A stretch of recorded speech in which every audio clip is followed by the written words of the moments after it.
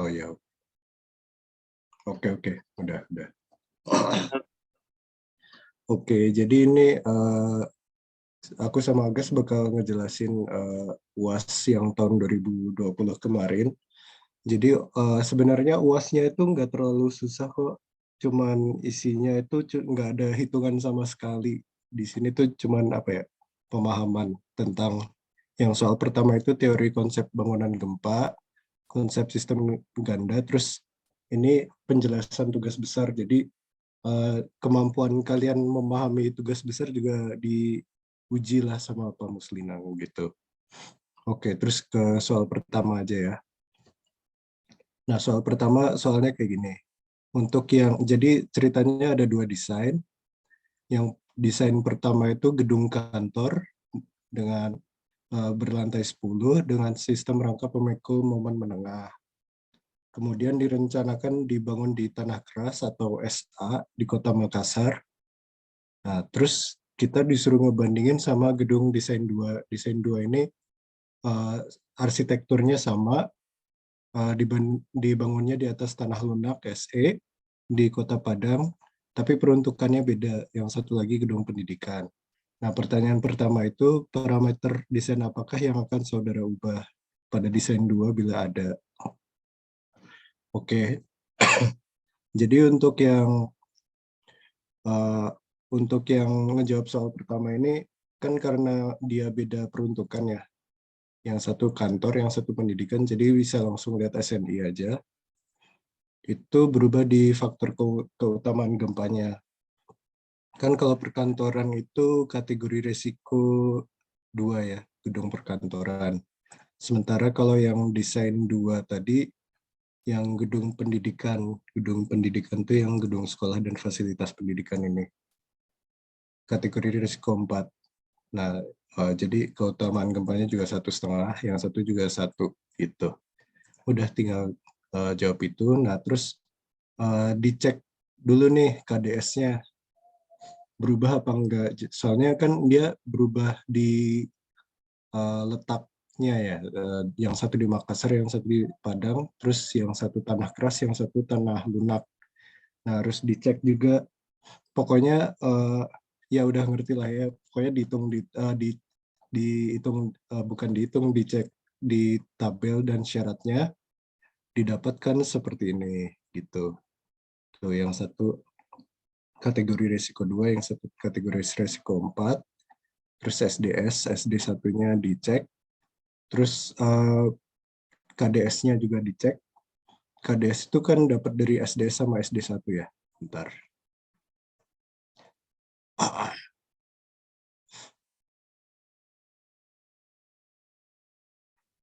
Bentar, di mana ya? Nah, ini. Bukan. Nah, ya yang ini. Nah, SDS-nya itu kan di sini didapetin yang desain 1 ini 0,19, yang desain 2 0,75. Berarti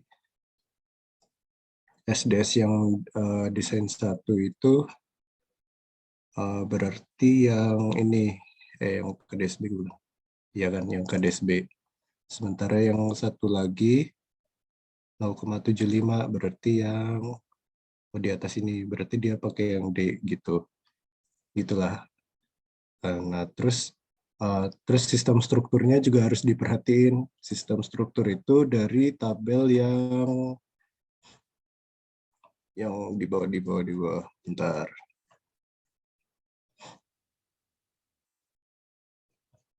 Nah, yang ini. Bentar. Sistem rangka bangunan.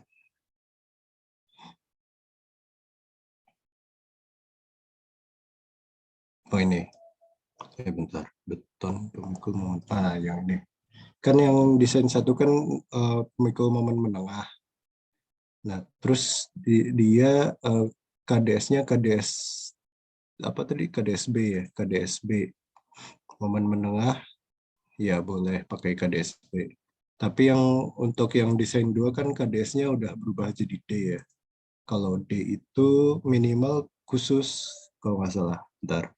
Ya, kalau momen menengah ini sudah tidak diizinkan ya. TI itu tidak diizinkan.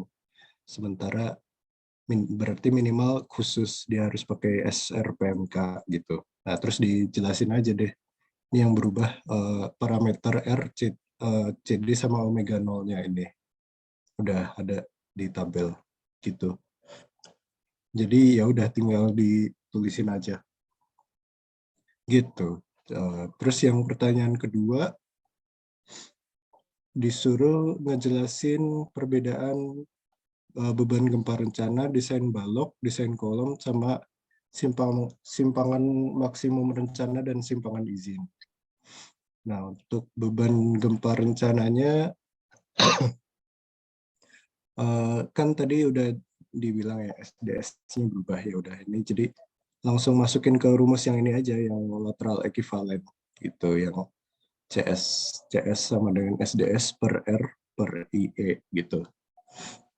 Nah, tinggal dimasukin, dibandingin, terus walau ternyata didapati walaupun secara teori SRPMK seharusnya lebih besar ya, lebih kecil gaya gempa desainnya, tapi ternyata hasilnya malah lebih besar dikarenakan si faktor keutamaan gempanya ini mempengaruhi ya. Soalnya beda fungsi kan dia. Jadi ya udah dibikin kesimpulannya aja. Ini seharusnya lebih lengkap lagi ya. Jadi gaya yang lebih besar karena beda peruntukan bangunan gitu. Nah, terus buat desain baloknya beda SRPMM sama SRPMK. Kalau ini ya udah tinggal dijelasin aja. Kalau SRPMM itu momen probable-nya itu nggak usah dikali 1,25. Sementara kalau SRPMK harus dikali 1,25. Rumusnya kayak gini. Udah kami tulisin juga sih. Gitu. Udah bedanya cuma di itu aja sih kalau yang balok. Nah, terus kalau yang kolom sama-sama SCWB, cuman bedanya cuman di ininya di rasionya. Kalau SRPMK itu kan momen kolom harus lebih besar dari 1,2 kali momen balok. Kalau SRPMM pokoknya yang penting kolom harus lebih besar dari momen kolom harus lebih besar dari momen balok gitu aja. Momen kapasitas nominalnya ya gitu. Nah, terus kalau simpangan izin uh, rumus ngitungnya tuh sama aja, cuman beda di CD ya. Jadi rumusnya itu ini buat ngitung simpangan izin, simpangan inelastik. Jadi kalau kalian cari simpangan di ITAPS itu kalian dapatnya simpangan elastik. Jadi untuk simpangan inelastiknya itu pakai rumus yang ini. Nah, terus kemudian ada batasan simpangan izin. Nah, ini beda ya karena beda di faktor keutamaan bangunan juga gitu. Itu sih udah gitu aja. Pokoknya ini mah pandai cuman ngetes kalian ini udah biasa baca SNI 1726 2019 apa belum gitu ya. Gitu aja sih sebenarnya. Oh ya, sama sifatnya tuh open book jadi ya nggak terlalu susah lah. Gitu.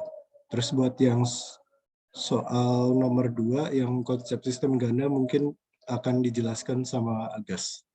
Silahkan Gas. Oke, Sang. Bentar.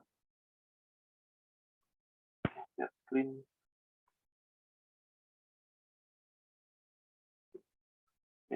Oke. Halo. Ini ada ya? Udah ya? Oke. Ya udah paling nomor 2 ini bentar. Nomor 2 ini sama aja sih kayak nomor 1 sebenarnya. Cuman dibedain kita pakai kan diusulkan menambah dinding geser. Terus di tempatnya di Kota Padang masih sama kayak di desain 2 tadi. Perbedaan dari desain 3 dan desain 2 tanpa memperhitungkan berat tambahan. Nah, pertama yang ini tadi dari desain 2-nya kan ini kategori risikonya masih sama fungsinya pendidikan, jadi masih nomor 4. Jadi ininya masih sama. 1,5. Terus jenis tanahnya ini sama, ini sama, ini sama, ini sama. Cuman beda di sistem strukturnya. Kalau misalnya tadi CRPMK diganti jadi ganda kan dikurangin nilainya jadi 7, terus CD-nya sama, omega zap zero-nya juga berubah jadi lebih dikit. Terus performance-nya juga sama. Ini salah, ini harusnya CP, sorry.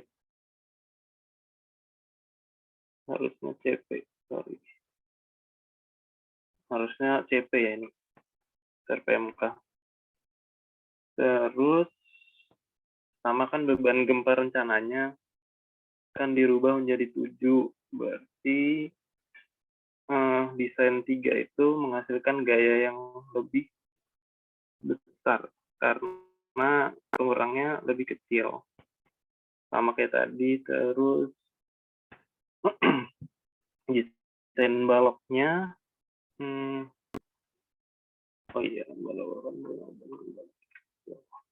kan ini dia sistemnya sistem ganda, terus ditambahin sama apa?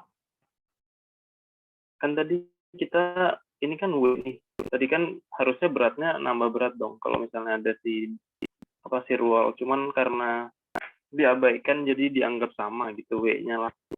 Jadi sebenarnya gayanya bakal lebih kecil kan.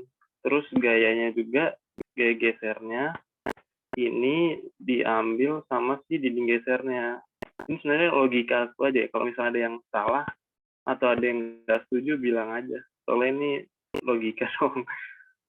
Terus jadi waktu diganti, jadi balok dan kolomnya itu harusnya menerima beban gempa yang lebih kecil kan. Ya dong, karena bebannya diambil sama dinding geser. Bentar. Oke. Terus makanya ukuran dimensi balok dan kolomnya ini bisa diperkecil secara teoritis ya. Ketika ditambahin ditambahin dinding geser, gayanya itu masuk ke dinding geser semua, makanya balok dan kolomnya bisa diperkecil. Nah, makanya ukurannya diperkecil, terus penulangannya juga bisa lebih sedikit. Kan dia otomatis gaya dalamnya berkurang. Habis gaya dalam berkurang, syarat-syaratnya juga biasanya lebih kecil kan. Jadi ukurannya lebih kecil, penulangannya juga lebih sedikit gitu. Terus kalau buat penulangan sengkangnya juga sama, karena kan gaya dalam, sengkangnya bisa lebih renggang. Cuman spasi maksimumnya masih ngikutin SRPMK. Gitu. Jadi dimensi balok pada desain 3 ini bisa lebih kecil. Penulangannya juga bisa lebih sedikit. Dan penulangan gesernya bisa lebih renggang. Kok ini aneh sih. Ya renggang. Oke, dengan syarat maksimum mengikuti SRPMK. Terus kalau desain kolomnya, sama kan tadi desain kolom itu mirip kayak balok, tergantung gaya dalamnya gimana. Jadi pasti desain kolomnya itu dimensinya bakal lebih kecil, penulangannya juga lebih kecil karena buat syarat STWB-nya juga baloknya kan lebih kecil tuh. Jadi ngikutin. Ya ini pandai-pandai ngolah kata gitu sih. Terus kalau buat simpangan maksimum rencana dan izin, kan tadi simpangan itu rumah ini ya, gayanya dibagi sama kekakuannya. Nah,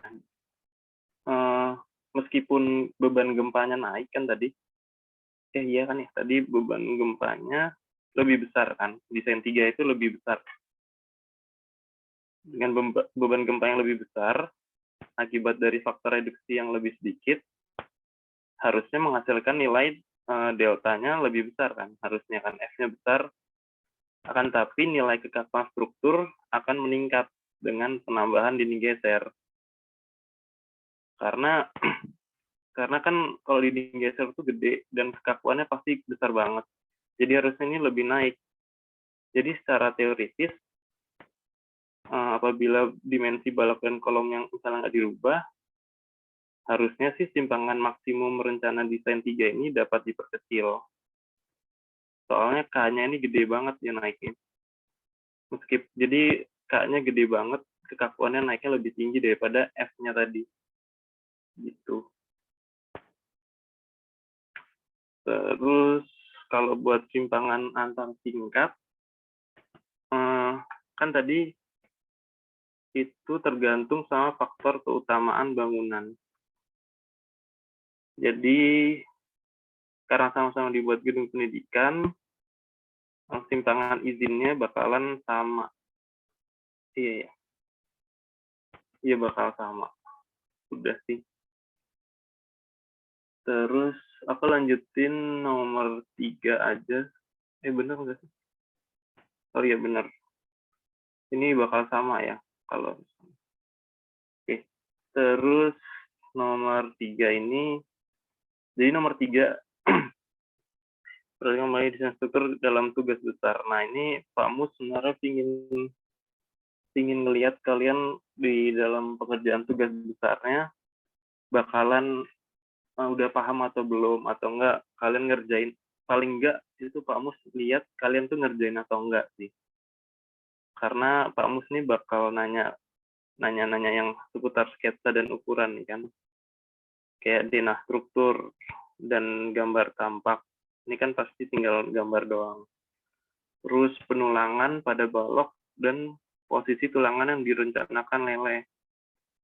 Jadi kan kalau balok ini frame ya maksudnya. Nah yang direncanakan leleh kan di ujung-ujung kan. Nanti kalian bisa nunjukin aja di gambar. Duduh. Ya kayak lokasi-lokasi sendi plastisnya di mana gitu. Ini di baloknya. Kalau misalnya di dinding geser, ini dinding geser, dia itu harusnya sendi plastisnya itu di elemen KBK-KBK-nya. Ya di bawah sinilah KBK sini. Gitu. Di situ ini penulangan ya udah tinggal gambar aja sih, kayak ya gambar aja penulangan kalian gimana buat balok kolom gitu. Mungkin Pamut mau lihat aja kalian udah desainnya make sense atau enggak gitu.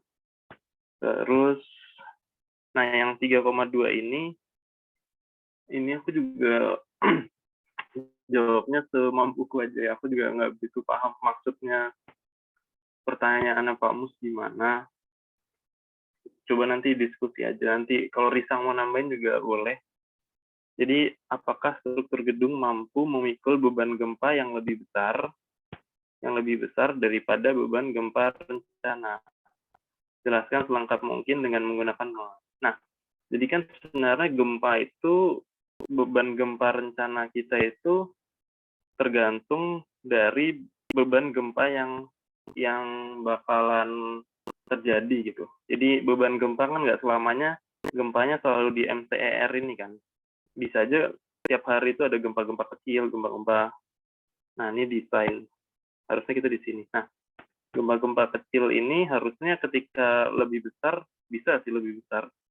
Cuman di sini yang aku bahas di sini itu gempa yang paling parah terjadi MCER ini. Nah ketika kita ngedesain itu untuk perkantoran, untuk bangunan satu ini, faktor keutamaan 1. Ketika dia terkena MCR, performance kita adalah near collapse atau collapse prevention. Dia bakal rusak parah.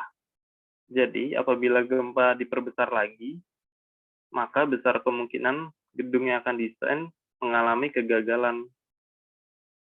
Kalau menurut aku sih gitu ya. Kalau misalnya ditanya lebih besar dari beban gempa rencana ini, MCR, dia bakal rubuh. Sehingga diperlukan konfigurasi lentur dan geser yang lebih ketat nantinya biar level kinerjanya bisa kita naikin ke life safety ini. Ini FYI aja buat teman-teman, sebenarnya buat nentuin ini building performance level ini nggak segampang cuman lihat tabel ini. Kayak misalnya kalian ngedesain bangunan apa, faktor keutamaannya ini nih, faktor keutamaan IE-nya 1 nih. Kan kalau dari tabel ini kan langsung, kalau misalnya dapat gempa segini nanti dapatnya kayak gini gitu kan.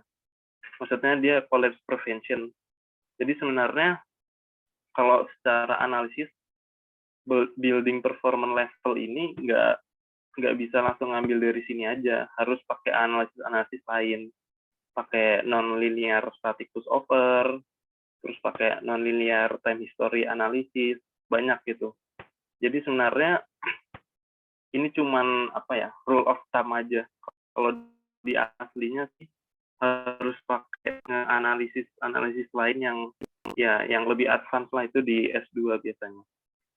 Jadi ini mungkin rule of-nya aja kayak gitu. Udah sih. Karena emang cuma segini aja soalnya. Dan emang waktunya emang cuma cepet kok, cuma 2 jam. Nih, cuma 120 menit. Jadi emang ya udah, emang lumayan gampang harusnya. Dari kalian ada yang mau ditanyain nggak? Iya, atau didiskusiin apa gitu.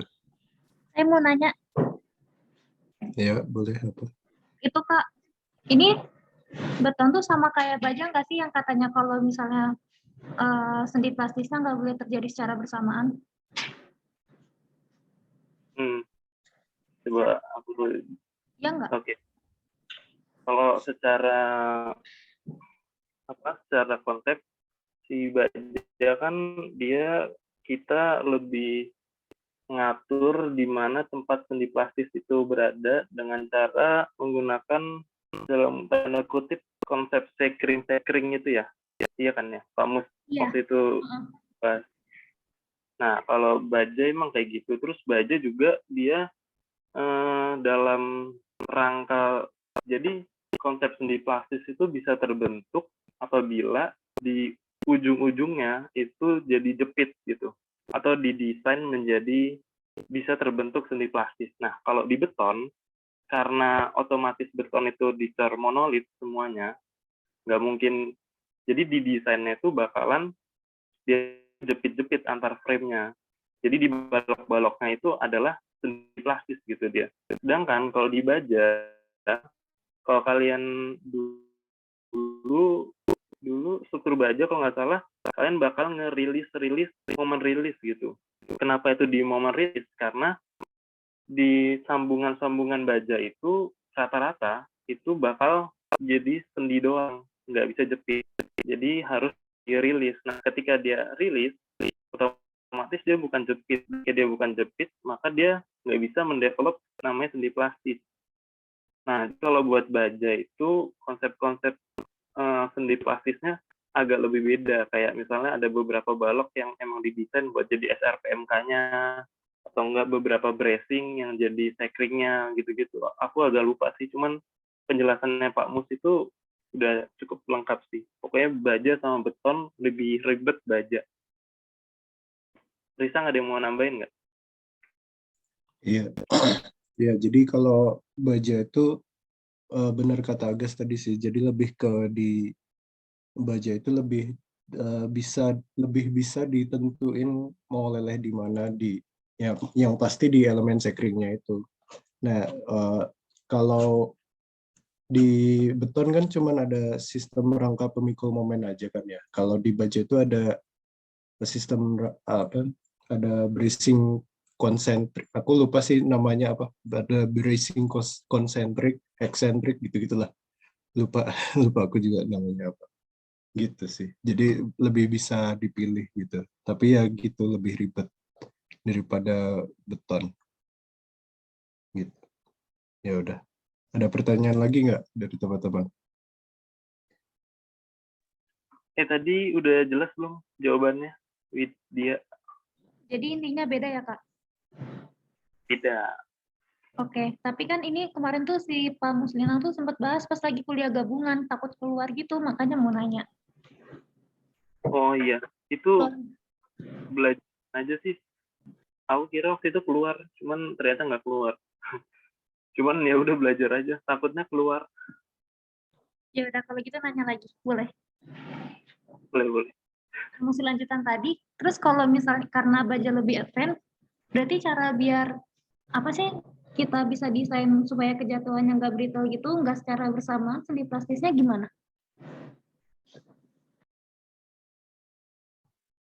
Ya itu tadi yang pakai konsep stickering itu. Stickering itu maksudnya adalah ya sama sebenarnya kayak beton. Kita ngedesain si baloknya lebih lemah kan. SCWB, strong column weak beam. Jadi kita ngedesain si baloknya itu tanda kutipnya sebagai stickeringnya gitu. Nah kalau misalnya si baja, kita ngedesain si, aku juga agak lupa ya. Pokoknya si bracingnya itu, kalau yang bracing ya, kalau ada bracingnya itu jadi stickering-nya kalau nggak salah. Jadi didesain. Jadi kan bracing itu punya gaya dalam tarik sama tekan kan, dalam arah diagonal gitu kan. Nah itu kapasitasnya dia di pokoknya di apa sih namanya, dari diagonal ke horizontal, pokoknya di transformasi ya. Dia gaya yang terjadi di bracingnya ditransformasi ke baloknya atau disalurkan, habis itu dengan seingat aku ada nambah-nambahin kayak faktor kuat lebih lah atau safety factornya gitu-gitu kan. Terus ditambahin gayanya, nanti si baloknya kita desain dari kapasitasnya si bracing tadi yang jadi stickering-nya. Jadi otomatis si baloknya bakal lebih besar kapasitasnya dibanding si bracing-nya gitu. Intinya konsepnya itu, kalau mau buat ngedesain yang mana yang leleh duluan, tinggal waktu ngedesain kapasitas yang bakalan dilelehin, bakal gagal duluan itu yang lebih kecil aja. Tinggal digituin. Oh iya, Udah. mau nambahin. Jadi kalau beton itu kan lelehnya itu kan cuma bisa di ujung balok ya. Jadi tapi kalau di baja itu terserah gitu, bisa di ujung balok, bisa di bracing gitu. Ada sistemnya tuh, ini baru ingat, ada SRBK, SRBE sama SRPM. Bentar, SRBK itu bentar. Sistem rangka bracing konsentrik. Terus kalau SRBE itu sistem rangka bracing eksentrik. Terus kalau SRPM itu sistem rangka pemikul momen biasa. Jadi lelehnya itu sama-sama di ujung-ujung balok juga. Jadi buat baja tuh buat sekringnya mau ditaruh di ujung balok juga boleh juga gitu. Gitu sih. Udah puas belum sama jawaban kita? Atau mau nanya lagi? Ini Sorry Kak, maaf saya soalnya nggak ngerti, jadi saya nanya lagi. Oke Kak, makasih ya Kak. ini udah ke ini belum? Aduh. Ini yang pas kuliah baja kemarin kan ya, yang gabungan filenya? Nggak tahu, ini aku tahun lalu sih. Oh iya betul. Aku juga, oh iya benar yang ini.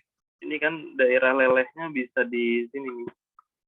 Kalau ini kelihatan nggak sih? Kelihatan? Kelihatan. Oke. Iya, tadi bener kata Risang, kalau mau di sini juga ada. Nih, kan ini di ujung-ujung nih. Nah, di ujung-ujung ini sebenarnya mata kuliah S2 sih. Jadi nanti, enggak sih, di TA harusnya ada juga sih. Gimana caranya kita ngedesain yang kalau kita nggak pakai bracing kan. Terus kita mau develop ini, ujung-ujung ini nanti jadi aku sih waktu itu pakai ASCE atau apa ya, itu jenis-jenis connection apa, sambungan. Nah sambungan di sini tuh diatur ketat gitu, kayak pokoknya ada banyak jenis sambungan, nanti kita pilih itu harus nanti kita pilih terus harus ngikutin aturan-aturannya gitu banyak, nanti baru bisa dianggap frame ini itu bisa ngedevelop sendi plastis gitu. Jadi ini ada yang paling gampangnya itu yang paling gampangnya biar kalian kebayang kenapa dia bakal terdevelop sendi plastis. Jadi kalau di ASTE itu ada namanya jenis sambungannya reduce beam section.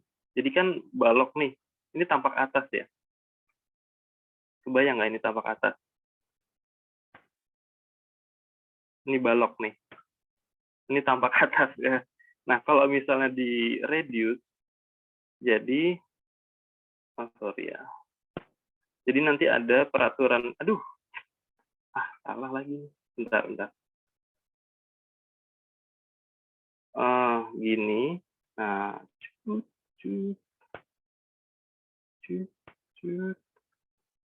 nah, kayak gini. Jadi ini tampak atas nih. Jadi baloknya ininya dikurangin. Aduh. Ya, sorry. Ya, jadi sectionnya ini, penampangnya ini dikurangin dia. Makanya nanti dia sendi plastisnya itu terbentuknya di sini, daerah sini. LP-nya di sini. Ini salah satu teknik biar sendi plastisnya bisa di ujung sini. Ada juga sendi plastis yang nanti sambungannya itu harus kayak ininya harus dikasih bolt berapa gitu-gitu loh. Pokoknya intinya sambungannya di baja itu karena sambungan itu sangat berpengaruh terhadap perilaku ini, dia bakal sendi atau jepit, maka sambungannya itu bakal yang paling vital. Makanya bisa dipilih frame-nya yang mana aja yang jadi struktur rangka pemikul momen. Jadi contohnya ya, misalnya, aduh.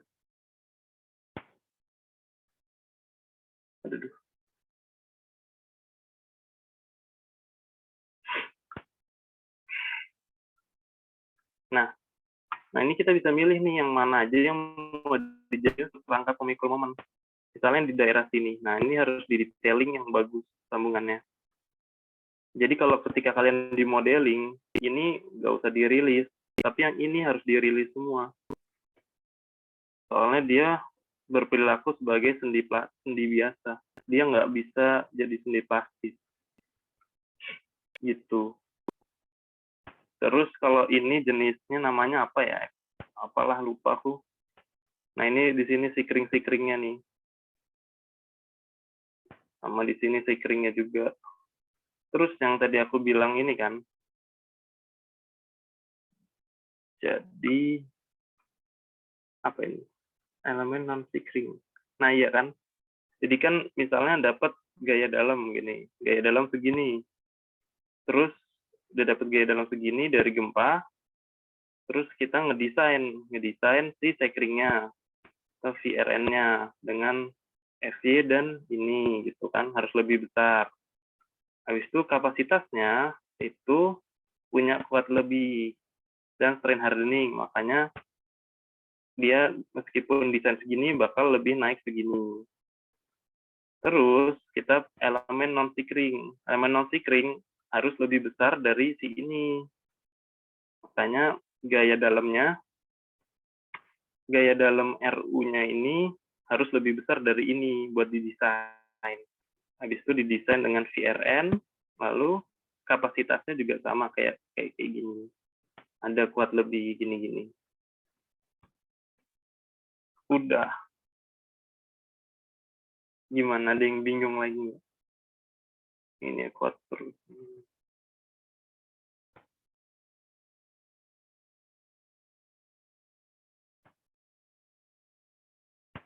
Jelas nggak? Halo?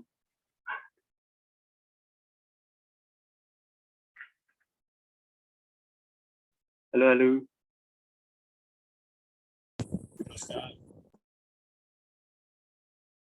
Oke.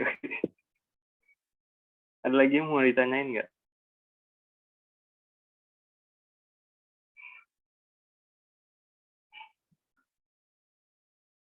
Kalian pelajarin aja sih. Ini harusnya yang baja itu relatif simpel sih. Iya, kalau baja palingan nggak akan masuk hitungan sih, maksudnya palingan teorinya aja gitu. Kayaknya ya, nggak bisa jamin juga. Iya, Tapi harusnya lihat PPT-nya aja harusnya udah ngerti sih. Yang tadi aku jelasin itu udah mencakup sih harusnya ya. yang materi bajanya cuma satu pertemuan kan? Nggak, maksudnya nggak lebih dari satu pertemuan kan? Yang baja 2, Kak. Hah? Kalau yang Ngap- tahun aku kemarin satu sih. Ngapain aja itu? Kuliah gabungan, Kak. Terus ngebahasnya apa aja? Itu, Kak, yang PPT Kakak share. Udah itu aja. Iya, kalau nggak salah ada 6 subbab ya. Gitu. Terus tiap pertemuan 3 subbab gitu. Oke. Oke lah. Agak nggak tahu ya kalau misalnya keluar. Cuman harusnya konsep-konsep aja ya. Iya, Soalnya harusnya konsep-konsep aja sih. ya yang tahun kita juga ujian akhirnya relatif gampang ya. Kita awalnya udah agak-agak panik belajar gitu. Ternyata cuman diputer-puter doang. Oh iya, belajar ini apa namanya? Kayak periode ulang gempa kita tuh berapa tahun? Kayak fun fact-nya lah apa sih? Yang ada di SNI tapi yang halaman awal-awal yang jarang kalian baca. Itu kadang-kadang juga keluar sih. Kayak periode ulangnya berapa tahun, terus apa namanya? Kemungkinan terlebih apa sih, lupa. Yang 2% itu loh guys, apa sih? Lupa. Kemungkinan terlampaui, ya kemungkinan terlampauinya itu 2%. Terus asumsi waktu buat respon spektranya itu asumsi redamannya itu 5% gitu sih. Itu dibaca lagi aja yang di SMI gitu sih. Ini ada yang mau ditanyain lagi nggak?